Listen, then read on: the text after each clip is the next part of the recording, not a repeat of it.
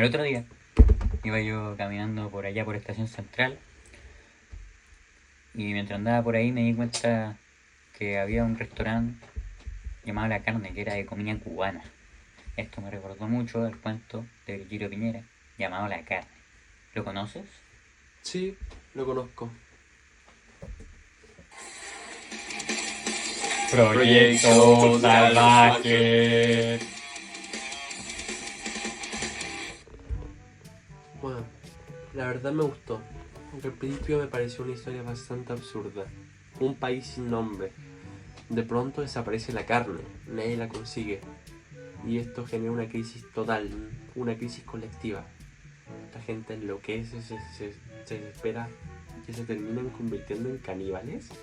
Así mismo, como lo dices tú, se vuelven completamente locos caníbales, se comen a sí mismos.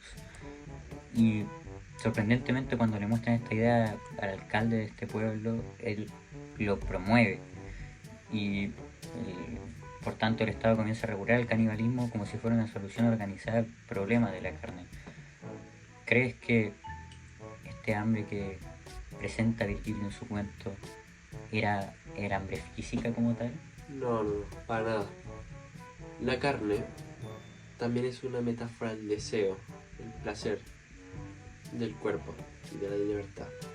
Es una crítica al feroz control estatal sobre el deseo más íntimo del ser humano, el cual sería el placer. Piñera escribió esto antes de 1959, ¿no? Antes de la Revolución Cubana. ¿Tú cómo crees que esto se conecta con todo lo que vino después de los sucesos que ocurrieron en esa época? Mira, esto me parece un dato muy curioso porque justo el cuento fue escrito antes de la revolución, pero casi como si Virgilio se convirtiera en profeta. Predice todo lo que sucede en Cuba con la dictadura, porque tras la revolución Cuba vivió décadas de escasez, se censuraba al pueblo y había control absoluto sobre el cuerpo y el deseo. La carne se volvió un símbolo del sacrificio y de lo prohibido, de lo racionado. ¿Tú ves esto reflejado en el cuento? Bueno, en el cuento, el deseo de la carne se convierte en algo peligroso. La sociedad prefiere normalizar el canibalismo antes de cuestionar la falta de la carne. O sea, es como decir, si no puedes satisfacer tu deseo, lo regulamos y ya está. Lavamos las manos y ya está. Como pasó en tantos aspectos de la vida cubana, en la represión que había en esa época y la represión que sigue habiendo actualmente en el medio del siglo XXI. ¿Y cómo crees que vivió Piñera este proceso?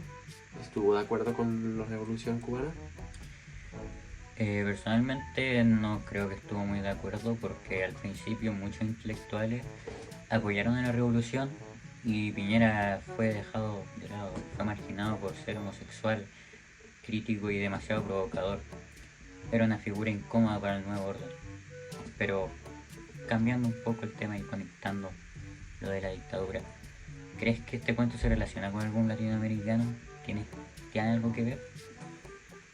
Sí, aunque no siempre se lo incluía en el boom oficialmente, él era parte de.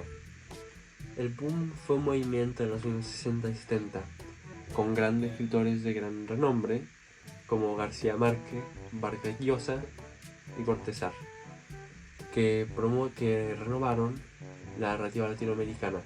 Todos ellos también hablaban de la represión, los absurdos sociales y el realismo mágico. ¿Y Piñera entra en esa estética?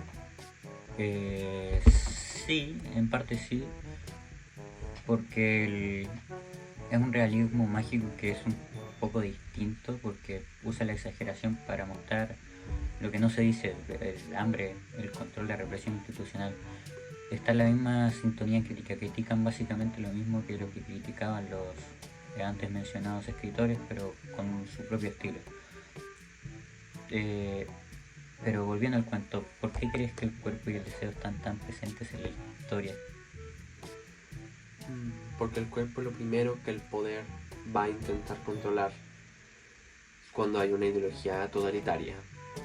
Si controlas lo que la gente come, lo que la gente desea, cómo se quieren expresar físicamente, tienes al pueblo totalmente dominado. Y en el cuento esto se vuelve literal. Exactamente. Como tú dices, el cuerpo ya no te pertenece, ya no es tuyo, se convierte en carne que otro puede comerse incluso.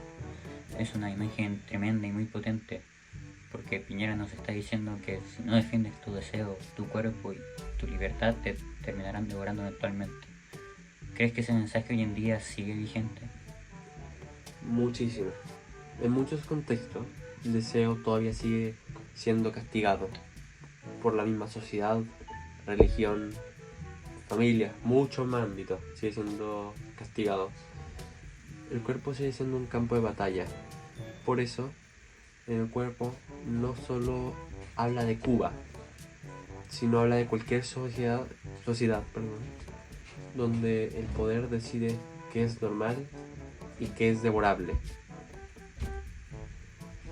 Entonces, la carne no es solo un cuento raro sobre caníbales, es una crítica profunda. Exactamente, tienes toda la razón del mundo.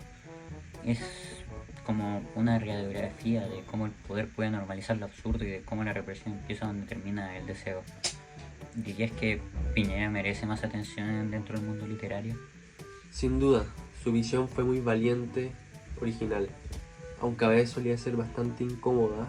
En tiempos como estos, leer autores así nos ayudará a no tragarnos cualquier cosa y a entender más los problemas que existen en esta sociedad, criticar las anteriores y creyendo volver a criticar las actuales. Bueno, definitivamente a mí no me voy a tragar. Esto fue Proyecto Salvaje.